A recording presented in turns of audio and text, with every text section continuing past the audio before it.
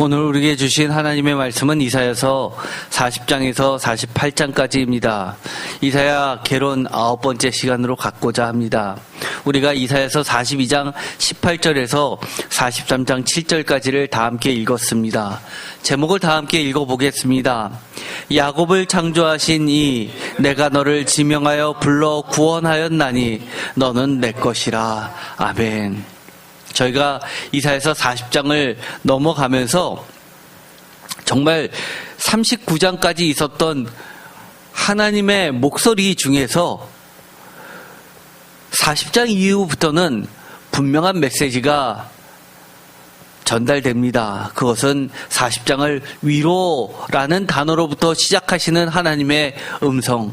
우리는 복된 소식, 기쁨의 소식을 복음을 듣게 됩니다.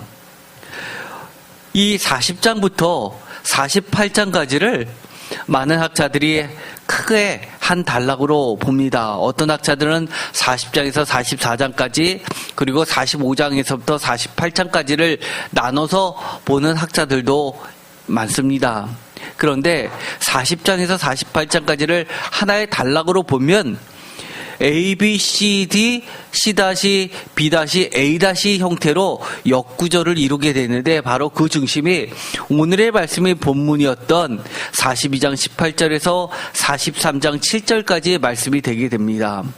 그런데 이 중간에 있는 핵심 부분이 범죄한 이스라엘에 대한 반응을 촉구하는 말과 이스라엘의 회복을 약속하는 하나님의 말씀으로 구성되어 있음을 보게 됩니다. 그리고 A에 해당하는 40장 1절에서 31절까지는 예루살렘을 향한 복된 소식, 그리고 41장 1절에서 20절까지는 모든 신들보다 뛰어난 여호와는 동방에서 한 사람을 일으키실 것이다 라고 하면서 하나님과 다른 우상들을 비교하는 이야기, 그리고 41장 21절에서 42장 17절까지 C에 대해서는 우상에 대해서 특별히 하나님께서 여러 가지 징계의 목소리를 높이시는 모습을 보게 됩니다. D를 거쳐서 C-에는 다시 우상에 대한 이야기가 나옵니다. 43장 8절에서 45장 19절, 그리고 B에 해당하는 것은 45장 20절에서 46장 13절까지 해서 모든 신들보다 뛰어나신 여호와를 다시금 거론하면서 47장 1절에서 48장 22절까지 A-로서 바벨론을 향해서는 이스라엘 향해서는 복된 소식이지만 바벨론을 향해서는 나쁜 소식을 이야기합니다. 그런데 사실 이거는 크게 봤으니까 이렇지, 제가 봤을 때는, 그리고 여러분도 이 이사야서 40장부터 48장까지를 쭉 읽다 보면 사실 이 구조가 잘 안 맞습니다. 왜냐하면 이 중심 사상은 명확합니다. 이처럼 이스라엘의 회복을 이야기하는 건 맞습니다. 그러나 사실 이것은 A, B, C, D, C-, B-, A-로도 딱딱딱딱 떨어지는 것이 아니라 사실은 매장 이스라엘에 대한 회복을 약속하고 계시기 때문입니다. 제가 자세히 보도록 하겠습니다. 먼저 오늘 읽었었던 이사야서 42장 18절부터 43장 7절까지가 중요한 이유는 사실 요 짧지만 이 구조가 다른 매 장에도 이런 구조로서 반복해서 나오기 때문입니다. 한번 보도록 하겠습니다. 42장 18절, 너희 못 듣는 자들을 들으라, 맹인들아 밝히 보아라라고 해서 여전히 선지자의 중요한 외침, 들으라 보라라는 이 두 전형적인 문구로 시작됩니다. 못 듣는 자 귀머거리, 못 보는 자 맹인들. 그런데 그게 19절에 보면 충격적으로 이렇게 이야기합니다. 맹인이 누구냐? 내 종이 아니냐? 내가 보내는 내 사자같이 못 듣는 자가 있겠느냐? 내게 충성된 자같이 맹인이겠느냐? 누가 여호와의 종같이 맹인이겠느냐? 이 19절을 보면 사실 말이 안 됩니다. 서로 짝을 이룰 수 없는, 도저히 짝을 이룰 수 없는 말입니다. 왜냐하면 내 종, 내 사자, 충성된 자, 여호와의 종, 이것은 일반 사람들이 보지 못하는 하나님의 메시지를 볼 줄 알아야 되고 하나님의 소리를 들을 줄 알아야 되고 하나님의 뜻을 잘 전달할 줄 알아야 되기 때문입니다. 그런데 내 종, 내 사자, 충성된 자, 여호와의 종같이 맹인이 어디 있겠느냐라고 하나님은 말씀하시고 계시기 때문입니다. 다른 말로 이야기하면 이런 거나 마찬가지입니다. 누가 하나님의 말씀을 전혀 못 알아듣느냐? 그리스도인 아니냐? 오히려 난 크리스찬보다도 더 못 알아듣는 거 아니냐라고 하나님이 말씀하신다면 여러분 충격 아니겠습니까? 그런데 하나님은 이렇게 이야기하십니다. 왜냐하면 20절에 내가 많은 것을 볼지라도 유의하지 아니하며 귀가 열려 있을지라도 듣지 아니하는도다. 어떠신가요? 이 20절의 말씀을 보면 왜 하나님께서 그런 말씀을 하셨는지 소위 가지 않습니까? 하나님은 많은 것을 보여주셨습니다. 그런데 별로 유의하지 않습니다. 많은 것을 들려주셨습니다. 그러나 들으려고 하는 의지도 없습니다. 귀담아 듣지 않습니다. 과거에 제가 설교를 하다가 충격받은 일이 있었습니다. 설교를 하는데 새벽 예배니까 얼마나 졸리겠습니까? 눈을 감고 계셨습니다. 그런데 설교를 한참 하는데 눈을 뜨시더니만 그 다음에 성경책에다가 형광펜으로 이렇게 표시를 하셨습니다. 그렇지, 눈은 피곤하니까 감을 수 있지, 그러나 귀는 열려서 열심히 듣다가 말씀을 듣다가 은혜를 받고 하셨나 보다라고 생각을 했습니다. 그분이 성경책을 놔두고 가셨습니다. 그래서 제가 궁금해서 오늘의 말씀을 설교를 한 본문을 찾아서 성경책을 펴보니까 제가 설교 시간 내내 단 한 번도 이야기하지 않는 본문 중에 있는 말씀이지만 단 한 번도 입에 담지 않았던 복받는 이야기가 적혀 있는 부분에다가 형광펜으로 칠해놓고 가셨습니다. 이것이 우리 보통 크리스찬들의 모습 아닙니까? 우리가 이사야서를 보면 항상 어떻게 되어 있는 구조였습니까? 매장 화를 이야기하고 그 다음에 복을 이야기하시고 재앙을 얘기하시고 구원을 이야기하시고 항상 화와 복은 하나님 입장에서 차이가 없습니다. 그리고 재앙과 구원도 하나님 입장에서 그렇게 차이가 없습니다. 우리의 중심이 하나님을 향해만 있다면 아무리 우리가 잘못해도 순식간에 손바닥 뒤집듯이 하나님이 즉시 구원해 주실 수 있는 분이기 때문입니다. 그런데 그는 많은 것을 보았으나 마음에 새기지 않고 귀가 열려 있었으나 귀담아 듣지 않는 하나님의 종들을 바라보면서 이처럼 맹인들이 어디 있고 이처럼 귀머거리가 어디 있냐라고 이야기하시는 하나님의 그 속마음은 어떠시겠습니까? 21절에 하나님께서 계속해서 말씀하십니다. 여호와께서 그의 의로 말미암아 기쁨으로 교훈을 크게 하며 존귀하게 하려 하셨으나 이 백성이 도둑맞으며 탈취를 당하며 다 굴속에 잡히며 옥에 갇히도다. 노력을 당하되 구할 자가 없고 탈취를 당하되 되돌려주라 말할 자가 없도다. 여기서 21절에 여호와께서 그의 의로 말미암아 기쁨으로 교훈을 크게 하며 존귀하게 하려 하셨으나 라는 이 개역개정의 성경을 보면 이 존귀하게 하려 하는 그 대상이 많은 분들이 읽으면서 하나님의 백성들로 생각하기 쉽습니다. 그러나 표준세번역을 읽어보면 이렇게 되어 있습니다. 주님은 백성을 구원하셔서 의를 이루려고 힘쓰시는 하나님이시다. 그리하여 주께서는 율법과 교훈을 높이셨고 백성의 율법과 교훈을 존중하기를 바라셨다.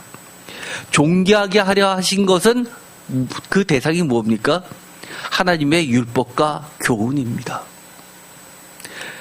그런데 우리 마음속에는 어떻습니까? 우리가 존귀하게 되는 것을 늘 바라고 있기 때문에 그렇게 읽습니다.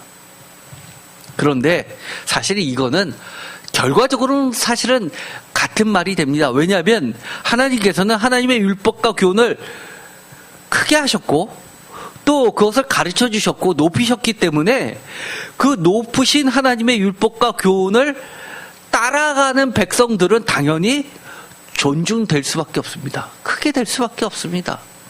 그러나 1차적인 것은 하나님은 그의 의로 말미암아 하나님의 의로 말미암아 우리 백성들을 구원시키시기도 하시고 또 우리에게 율법과 교훈을 주시기도 하시고 또 율법과 교훈으로 존중받는 그래서 하나님의 나라를 이루기를 원하십니다. 그래서 그 안에 사는 백성들은 거룩한 백성이라 칭함을 받게 되는 겁니다. 그런데 23절에 이렇게 이야기합니다. 너희 중에 누가 이 일에 귀를 기울이겠느냐? 누가 뒤에 올 일을 삼가 듣겠느냐? 앞으로 이야기해봤자, 앞으로 보여줘봤자 라는 그런 안타까움이 깔려있는 겁니다. 야곱이 탈취를 당하게 하신 자가 누구냐? 이스라엘 약탈자들에게 넘기신 자가 누구냐? 여호와가 아니시냐? 반대로 읽어볼까요? 탈취를 당하게 한 야곱을 구원하실 자가 누구냐? 여호와 아니겠느냐? 라고 말씀하시는 거나 똑같은 겁니다.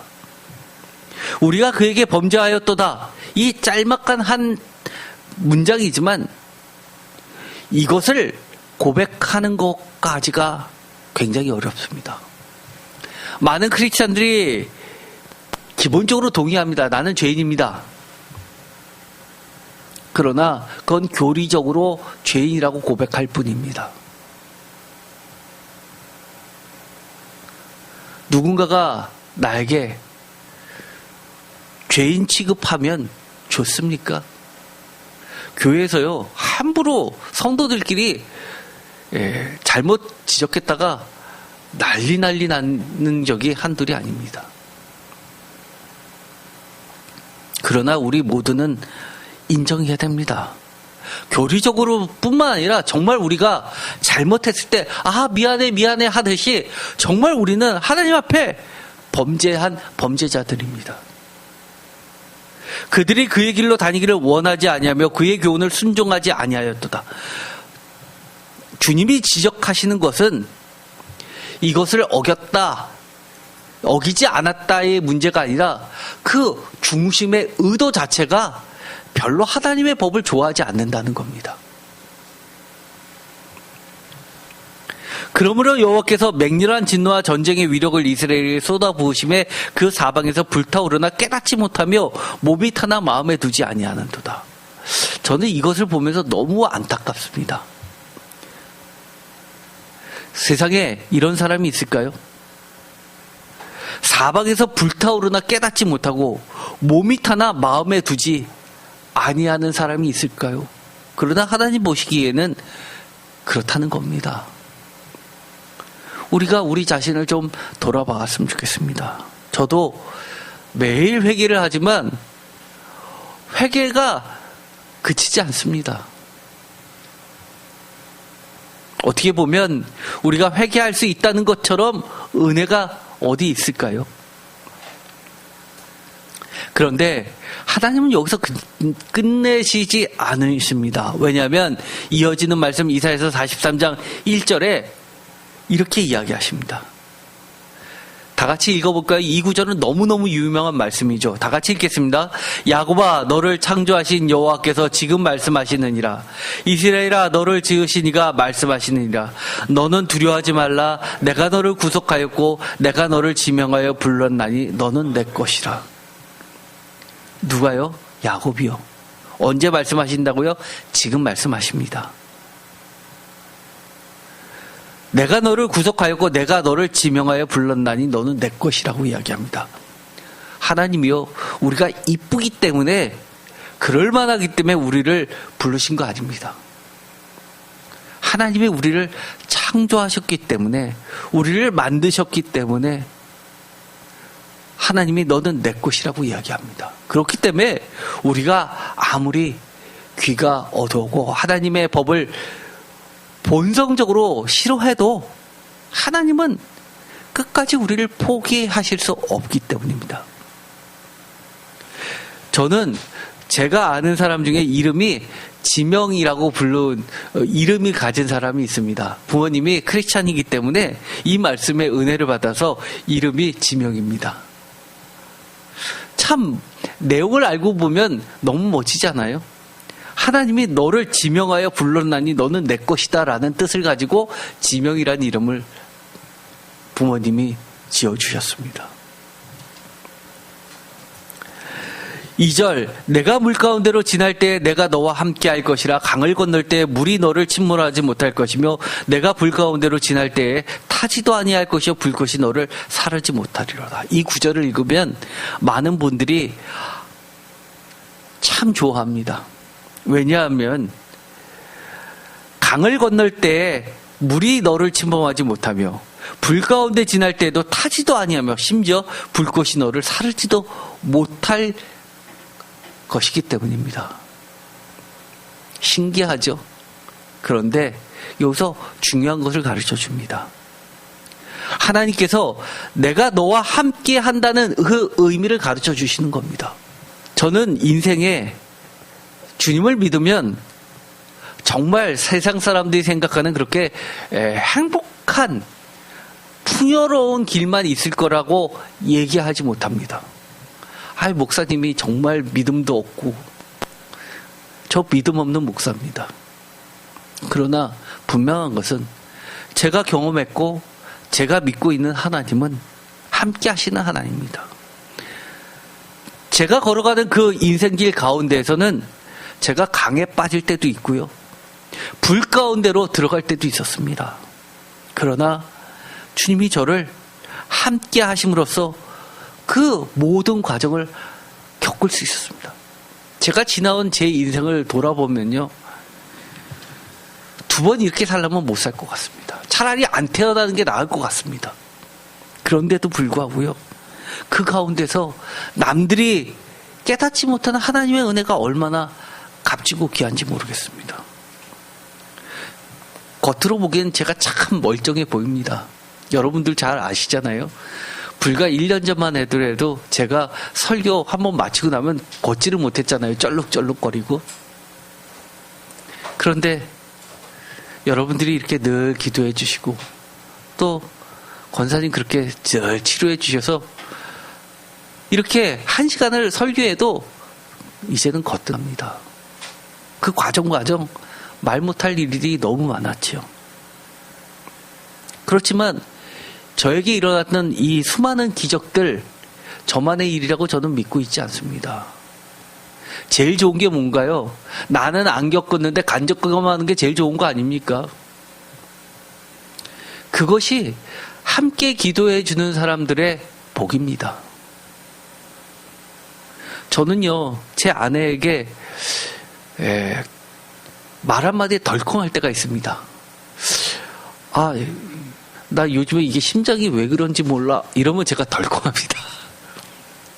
제가 그래서 늘 기도하는 게 있습니다. 하나님, 저희 아내는 저처럼 심장 수술하거나 중환자실 들어가거나 대동맥박리 수술하거나 하면 수술이 아무리 잘 끝나고 믿음이 어쩌고저쩌고 해도 못 견딜 사람입니다. 그러니 아예 수술 안 받게끔 해주세요. 지켜주세요. 그렇게 기도합니다. 제가 옆에서 봐더라도 못 견딜 것 같습니다. 그런데도 불구하고 저는 돌이켜보면 하나님이 어떠한 경우에라도 저를 버리시지 않고 저와 함께 했던 하나님이 너무너무 좋습니다. 앞으로도요. 제가 이 타는 불꽃 사이를 지나갈 가능성도 일반인들에 비해서 훨씬 많죠. 그럼에도 불구하고 늘 주님이 저와 함께 해달라고 저는 기도합니다. 저는 꽃길을 기대하지 않습니다. 꽃길이 되면 얼마나 좋습니까? 그러나 제가 주님을 붙잡고 제 손이 주님을 놓지 않기를 간절히 바랍니다. 저는 하나님은 믿습니다. 하나님이 저를 붙잡아 주실 거라고. 그러나 저는 제 자신을 못 믿습니다. 제가 하나님의 손을 놓칠까 봐 두렵습니다. 그럴 때마다 하나님 저를 꼭 붙잡아 주세요라고 기도합니다. 3절 대전하는 여호와 내 하나님이여 이스라엘의 거룩한 이요 내 구원자임이라 내가 애굽을 너의 속량물로 구스아스바를 너를 대신하여 주었노라. 대전하는 여호와 내 하나님이요 라고 이야기하면서 이스라엘의 거룩한 이요 라고 이야기합니다.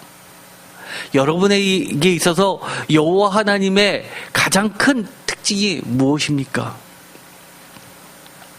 저는 저에게 누군가가 물어본다면 저는 한마디로 이렇게 이야기하고 싶습니다. 하나님이요? 저의 구원자입니다. 여러분은 어떠신가요? 하나님으로부터 구원받아 보신 경험이 있으십니까? 크고 작은 인생의 사사건건 가운데서 하나님은 내 구원자이심을 경험해야 하지만 사실은 우리는 신앙이라고 할 수 있습니다. 내가 애굽을 너의 속량물로 구스아스바를 너를 대신하여 주었나니. 많은 사람들이 이 구절을 보고 하나님은 불공평하다고 이야기합니다. 나 하나 구하기 위하여 다른 것들을 속량물로 대속물로 내어준다는 말을 감히 할 수 있을까? 사실은요, 이것은 하나님의 사랑을 이해하고 나면, 경험하고 나면 이 구절이 이해됩니다. 이것을 가지고 저는 굳이 이거다 저거다 설명이 가능할까? 사실 설명 불가능합니다. 가장 대표적인 게 무엇일까요? 예수님을 십자가에 달려 돌아가시면서 모든 인류의 대속물로 주셨다는 것 자체가 사실은 하나님의 사랑을 이해할 수 없는 겁니다. 그건 이해 불가를 넘어서 믿음의 차원이기 때문입니다. 4절 내가 내 눈에 보배롭고 존귀하며 내가 너를 사랑하였은즉 내가 내 대신 사람들을 내어주며 백성들이 내 생명을 대신하리니. 하나님은 덧붙여 이렇게 설명해 주십니다. 대속의 개념은 기본적으로 하나님의 사랑이다라고 이야기해 주십니다. 예수님의 대속 사건, 십자가 사건, 이것은 하나님의 사랑을 깨닫지 못하면 이해 불가능합니다. 그러면서 5절에 이렇게 이야기하죠. 두려워하지 말라. 내가 너와 함께하여 내 자손을 동쪽에서부터 오게 하며 서쪽에서부터 너를 모을 것이며 내가 북쪽에서 이르기를 내놓으라. 남쪽에 이르기를 가두어두지 말라. 내 아들들을 먼 곳에서 이끌어 내 딸들 땅끝에서 오게 하라. 여기 보면은요, 동쪽, 서쪽, 북쪽, 남쪽 땅끝이 나옵니다. 사방팔방 하나님께서 하나님의 자녀를 모으시는 것을 보게 됩니다. 그러면서 7절에 이렇게 이야기합니다. 다 같이 읽겠습니다. 내 이름으로 불려지는 모든 자 곧 내가 내 영광을 위하여 창조한 자를 오게 하라. 그를 내가 지었고 그를 내가 만들었느니라. 표준세번역으로도 읽어보겠습니다. 나의 이름을 부르는 나의 백성, 나에게 영광을 돌리라고 창조한 사람들, 내가 빚어 만든 사람들을 모두 오게 하여라 하고 말하겠다. 어떠신가요? 이 오게 하라라고 초청받는 하나님의 초청을 받은 사람들 가운데 여러분들이 계십니까? 하나님께 영광을 돌리라고 창조한 사람들 맞습니까? 저는요, 제 인생에서 가장 잘한 선택은 사실은 제가 주님을 만났다는 사실입니다. 그리고 지금 목회의 길을 걸어가고 있다는 겁니다. 제가 처음 신학교를 갔고 그리고 나서 신학교를 졸업하고 또 남들보다 사역도 안 하고 있다가 정말 우여곡절 끝에 뒤늦게 사역의 길을 가게 됐습니다.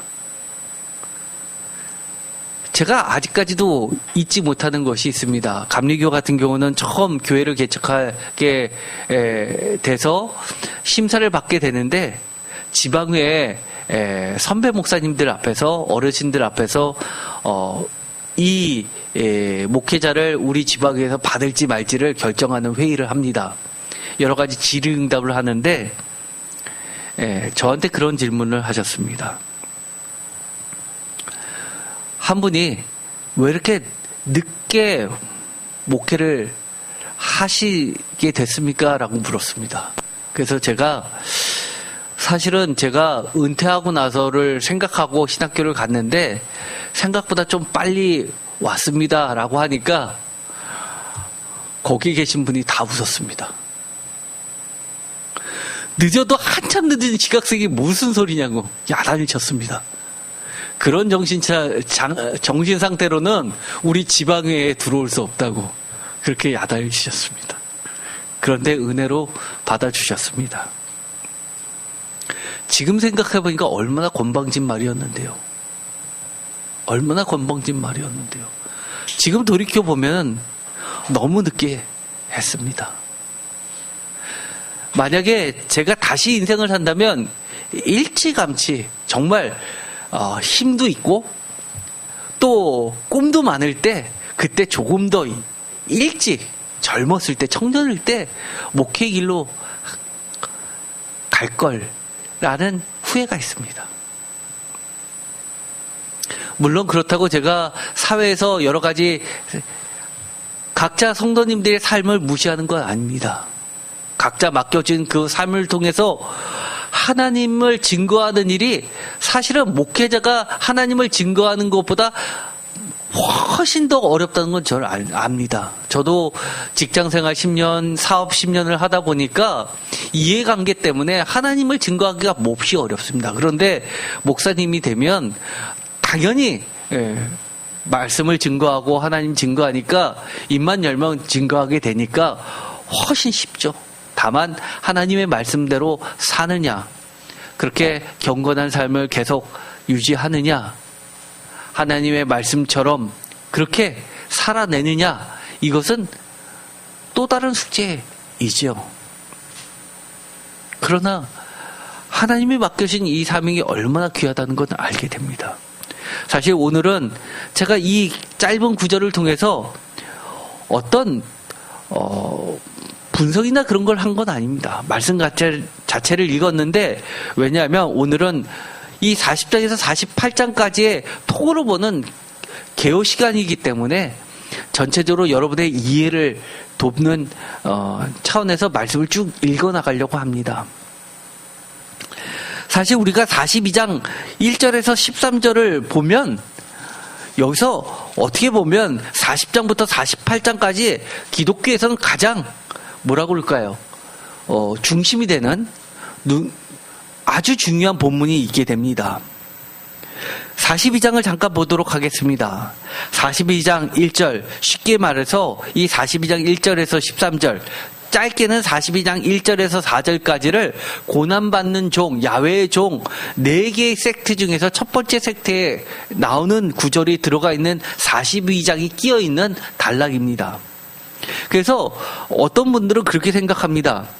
아니 40장에서 48장까지 제일 중심은 42장 1절에서 13절이 돼야 되는 거 아니에요? 이렇게 질문하시는 분도 계십니다. 그것을 잠깐 보도록 하겠습니다. 42장 1절, 내가 붙드는 나의 종, 내 마음에 기뻐하는 자 곧 내가 택한 사람을 보라. 내가 나의 영을 그에게 주었은즉 그가 이방의 정의를 베풀리라. 그는 외치지 아니하며 목소리를 높이지 아니하며 그 소리를 거리에 들리게 하지 아니하며 상한 갈대를 꺾지 아니하며 꺼져가는 등불을 끄지 아니하고 진실로 정의를 시행할 것이요 그는 쇠하지 아니하며 낙담하지 아니하고 세상에 정의를 세우기에 이르리니 섬들이 그 교훈을 앙망하리라. 여호와의 종에 대해서 첫 번째 나오는 여호와의 종입니다. 그런데 이 여호와의 종 첫 번째 것은 약간 다른 데 나와 있는, 예를 들어서 두 번째 야훼의 종이 등장하는 게 좁은 의미로 보면 49장 1절부터 6절까지인데요. 그거를 잠깐 보도록 하겠습니다. 49장 1절에서 6절입니다. 49장 1절에서 6절 섬들아 내게 들으라. 먼 곳 백성들아 귀를 기울이라. 여호와께서 태에서부터 나를 부르셨고 내 어머니의 복 중에서 내 이름을 기억하셨고 내 입을 날카로운 칼같이 만드시고 나를 그의 손 그늘에 숨기시고 나를 갈고 닦은 화살로 만드사 그의 화살등에 감지시고 내게 이르시되 너는 나의 종이여 내 영광을 내 속에서 나타낼 이스라엘이라 하셨느니라. 그러나 나는 말하기를 내가 헛되이 수고하였으며 무익하게 공연히 내 힘을 다하였도다. 참으로 나에 대하여 판단이 여호와께 있고 나의 보응이 나의 하나님께 있느니라. 이제 여호와께서 말씀하시나니 그는 태에서부터 나를 그의 종으로 지으신 이시요 야곱을 그에게 돌아가게 하시는 이시요 이스라엘이 그에게 모이는도다. 그러므로 내가 여호와의 보시기에 영화롭게 되었으며 나의 하나님은 나의 힘이 되시며 그가 이르시되 내가 나의 종이 되었으며 야곱의 지파들을 일으키며 이스라엘의 주에 보존된 자들을 도르게 할 것은 매우 쉬운 일이라. 내가 또 너를 이방의 빛으로 삼아 나의 구원을 베풀며 땅끝까지 이르게 하리라. 이 구절을 보면 42장 1절에서 나오는 야훼의 종과 49장 1절에서 6절에서 나오는 야훼의 종은 사뭇 다른 성격을 띠게 됩니다. 그 이야기는 49장부터가 48장까지 왔었던 내용하고는 뉘앙스가 바뀐다는 이야기입니다. 예를 들어서 이겁니다. 42장의 야훼의 종에서는 정의를 이야기하고 공의를 이야기합니다. 그런데 49장에 가면 야훼의 종이 어디에 빛이 되냐면 이방의 빛이 됩니다. 오늘날의 기독교 개념으로서는 이게 매우 익숙한 표현이지만 이스라엘 백성들에게는 이방인과 그리고 이스라엘 백성들, 특히 남유다 백성들 사이에는 넘지 못할 강이 있었던 겁니다. 그래서 이 48장과 49장을 분리하게 됩니다. 뿐만 아니라 50장을 잠깐 보도록 하겠습니다. 50장 4절에서 9절까지입니다. 50장 4절에서 9절까지 보면 거기서도 차이를 느끼게 됩니다. 50장 4절 주 여호와께서 학자들이 혀를 내게 주사 나로 공고한 자를 말로 이렇게 도와 줄 알게 하시고 아침마다 깨우치사 때 나의 귀를 깨우치사 학자들 같이 알아듣게 하시도다. 주 여호와께서 나의 귀를 여셨으므로 내가 거역하지도 아니하며 뒤로 물러가지도 아니하며 나를 때리는 자들에게 내 등을 맡기며 나의 수염을 뽑는 자들에게 나의 뺨을 맡기며 모욕과 침을 뱉음을 당하여도 내 얼굴을 가리지 아니하였느니라.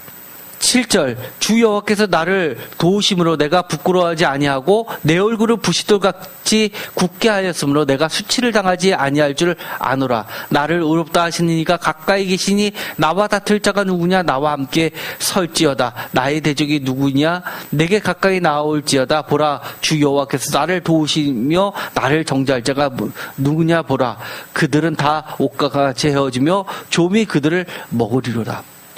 50장을 가면 어떻게 또 발전되냐면 고난의 이야기가 나오게 됩니다. 특별히 6절에 보면 나를 때리는 자가 나오고 내 등을 맡기며 나의 수염을 뽑는 자들이 나오며 모욕과 침뱉음을 당하는 사건들이 와서 예수님의 순환의 이미지가 나오기 시작합니다. 여기서부터 또 틀려지죠? 게다가 52장 13절부터 53장 12절까지 가볼까요? 52장 13절부터 53장 12절은 기독교의 고난받는 중에서 가장 예수 그리스도를 예표한다고 하는 곳입니다. 그래서 예수 그리스도의 고난받는 종의 개념이 사실은 이 52장 13절에서 53장 12절까지의 말씀을 근거로 확실하게 두고 있습니다. 13절 보라 내 종이 형통하리니 밭으로 높이 들려서 지극히 존귀하게 되리라. 전에는 그의 모양이 타인보다 상하였고 그의 모습이 사람들보다 상하였으며 많은 사람이 그에 대하여 놀랐거니와 그가 나라들을 놀라게 할 것이며 왕들은 그로 말미암아 그들의 입을 봉하리니 이는 그들이 아직 그에게 전파되지 아니한 것을 볼 것이요 아직 듣지 못한 것을 깨달을 것입니다. 우리가 전한 것을 누가 믿었느냐. 여호와의 펠이 누구에게 나타났느냐. 2절 그는 주 앞에서 자라나기를 연한 순같이 마른 땅에서 나온 뿌리 같아서 고운 모양도 없고 풍채도 없은즉 우리가 보기에 흠모할 만한 아름다운 것이 없도다.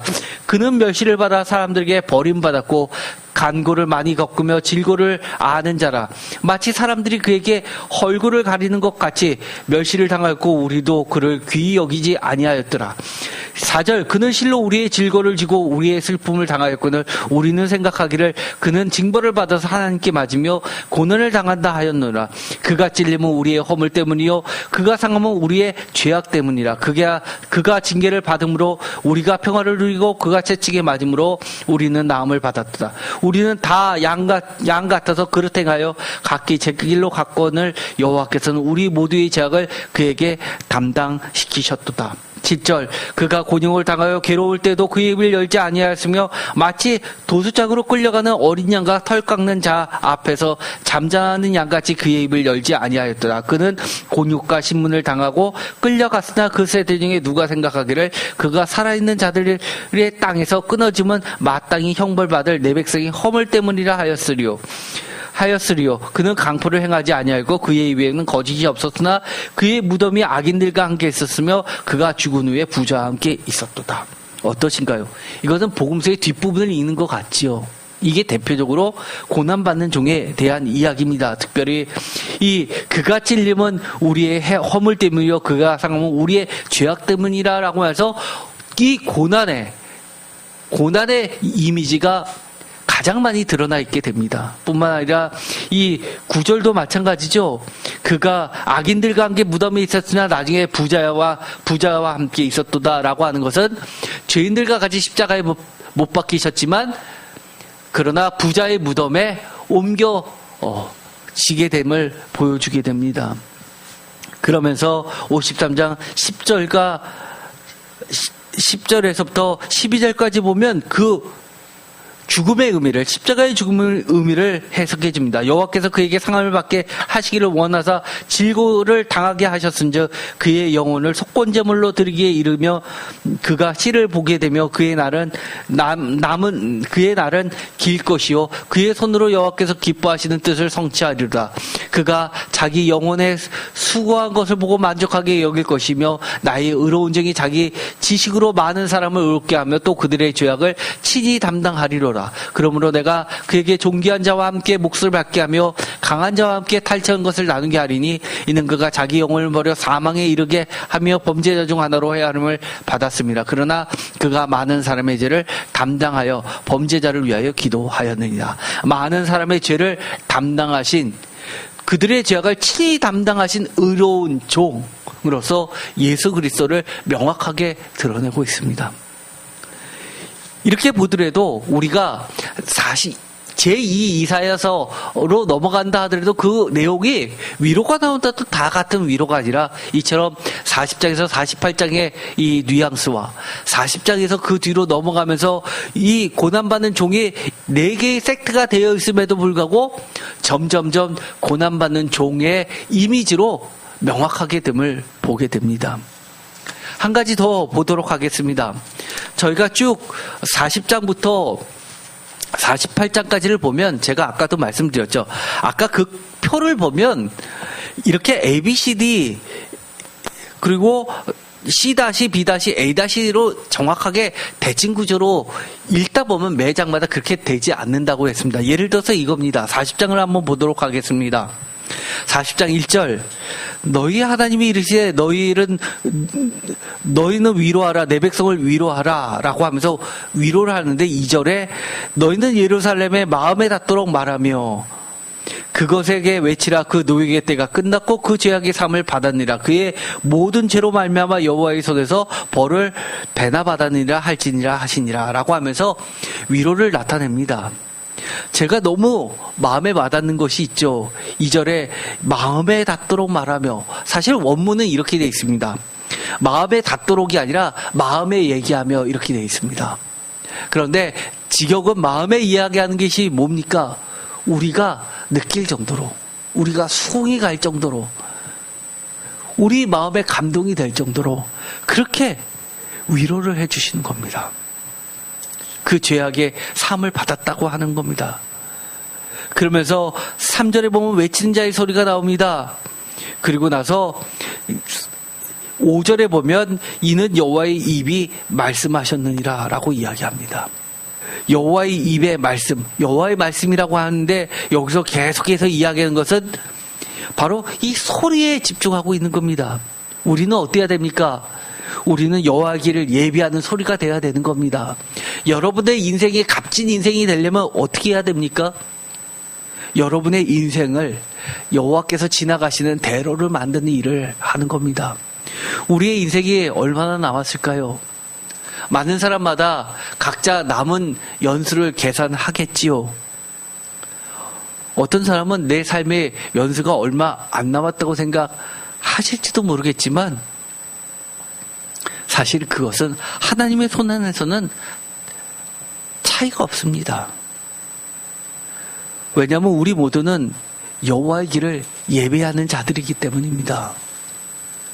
그런데 6절에 보면 제가 너무너무 감동을 받은 말씀이 나옵니다. 6절 다 함께 읽어보겠습니다. 말하는 자의 소리여 이르되 외치라. 대답하되 내가 무엇이라 외치리까 하니 이르되 모든 육체는 풀이여 그의 모든 아름다움은 들의 꽃과 같으니 푸른 마르고 꽃은 시듬은 여호와의 기운이 그의 품이라. 이 백성은 실로 풀이로다. 푸른 마르고 꽃은 시드나 우리 하나님의 말씀은 영원히 서리라 하라. 아멘. 우리 하나님의 말씀은 영원히 서리라. 제가 이 말씀을 너무너무 좋아하고 사랑한다고 여러 번 말씀을 드렸습니다. 그러나 오늘은 제가 특별히 이 앞에 있는 6절의 말씀을 하고자 합니다. 이 6절에 말하는 자의 소리요 이르되 외치라 라고 하니까 대답을 뭐라고 이야기합니까?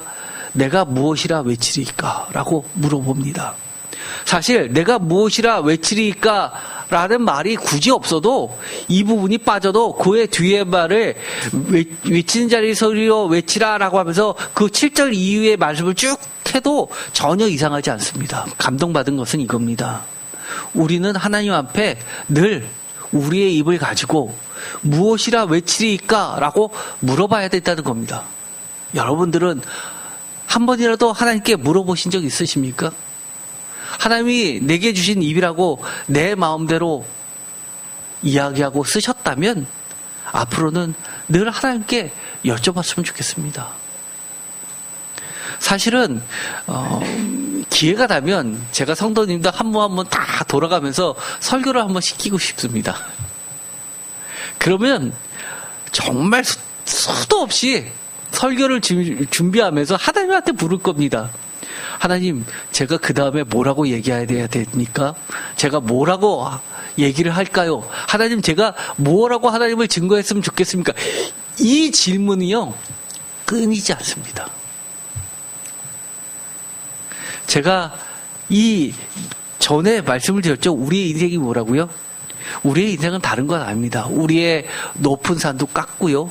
우리의 깊이 패인 것도 메꿔놓으면서 여호와의 대로를 만들어내야 되는데 그러면서 늘 하나님께 여호와의 길이 되려면 어떻게 해야 됩니까? 라고 묻듯이 우리가 뭐라고 이 땅에서 하나님을 대변하면서 살아야 됩니까? 라고 늘 물어야 됩니다.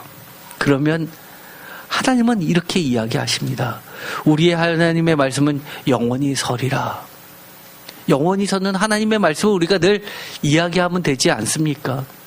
그러면서 그 유명한 구절 복음이 나오지요. 아름다운 소식을 이라고 이야기합니다. 9절 아름다운 소식을 시온에 전하는 자여 너는 높은 산에 오르라. 아름다운 소식을 예루살렘에 전하는 자여 너는 힘써 소리를 높이라. 두려워하지 말고 소리를 높여 유다의 성읍들에게 이르기를 너희의 하나님을 보라 하라. 보라 주 여호와께서 장차 강한 자로 임하실 것이요 친히 그의 팔로 다스릴 것이라. 보라 상급이 그에게 있고 봉이 그의 앞에 있으며 그는 목자같이 양떼를 먹이시며 어린 양이 그의 팔로 모아 품에 앉으시며 젖먹이나 암것들을 온순히 인도하시라. 아름다운 소식, 복음이 뭡니까? 목자 하나님이 나타나신다는 겁니다. 보라라고 했으면 봐야 되는데 쳐다보지도 않을 뿐만 아니라 또 쳐다본 사람도 이렇게 이야기합니다. 어디에 뭐가 있는데요? 라고 물어보는 사람도 많습니다. 안 그런가요? 하나님의 임재하심, 하나님이 우리와 함께 하심, 우리는 이것에 대해서 항상 영적인 눈에 떠 있어야 됩니다. 나의 실력으로 지금까지 살아왔다고요? 아니요, 그렇지 않습니다.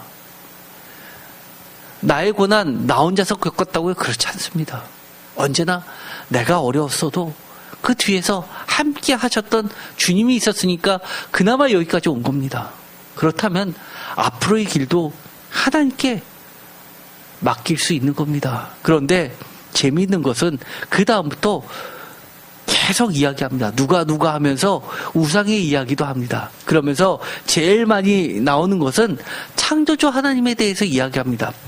창조주 하나님에 대해서 이야기하는 이유가 뭘까요? 창조주 하나님을 이야기할 때는 항상 이겁니다. 절대 주권입니다. 절대 주권. 하나님이 다 만드신다는 겁니다. 여러분들 앞에 놓여있는 인생에게 여러분 무엇을 기대하십니까? 학생들은 내 앞에 놓여있는 여러 가지 진로를 생각하시겠죠. 또 직장을 들어간 사람이나 새로운 사업을 시작하는 사람들은 앞에 있는 새로운 사업이 열리기를 꿈꿀 테고요. 또 은퇴를 얼마 남지 않은 사람들은 또 은퇴 이후의 삶을 계획합니다. 그리고 또 중간에 있는 사람도 마찬가지입니다. 다 하나같이 뭡니까? 우리의 삶을 새롭게 창조되기를 바라고 있습니다. 우리가 말은 창조라는 말을 쓰지 않지만 우리의 인생은 새롭게 창조될 필요가 있고 창조가 필요 없는 사람은 단 한 사람도 없습니다. 그럴 때마다 우리는 누구를 바라봐야 됩니까? 바로 하나님입니다. 요즘에 그러죠. 은퇴 이후의 삶을 생각하면 우리 인생이 절반뿐이 안 된다고. 예를 들어서 요즘에 연한이 길어졌죠. 8, 90 옛날에는 그렇게 바라보지 못했는데 요즘엔 8, 90 되시는 어르신들 많이 있습니다. 좀만 지나면 90, 100도 많아질 겁니다. 그러면 앞으로 예를 들어서 70에 은퇴를 한다 하더라도 적어도 20, 30년 후의 인생이 또 남아 있습니다. 우리에게 필요한 건 무엇일까요? 우리를 처음에 창조하셨던 그 하나님이 우리의 삶을 또다시 새롭게 창조하시기를 기대해야 되지 않을까요? 누구를 바라봐야겠습니까? 그것이 나에게 있어서는 작은 의미로는 구원이 될 수 있습니다. 내가 영원한 죄에서 구원받는 것만 구원이 아니라 지금 나의 삶에서 새로운 빛을 만나고 새롭게 인생을 창조하는 하나님의 창조 세계에 들어가는 것 자체가 구원이 되는 겁니다. 그런데 재미있는 것은요, 하나님께서 이렇게 너를 창조하였다라고 이야기를 하고 또 목자의 모습을 이야기할 때 앉는 모습으로 이야기합니다. 이 이사야서에 보면요, 하나님께서 어떻게 이야기하시냐면 내가 너를 태어날 때 너를 안았고 너를 업었듯이 어떻게 하신다고요? 노년에? 이거 굉장히 중요한 말씀입니다. 성경에 이런 게 있나? 기억나시는 분 계십니까? 이사야서 46장입니다. 46장 3절부터 읽어보겠습니다.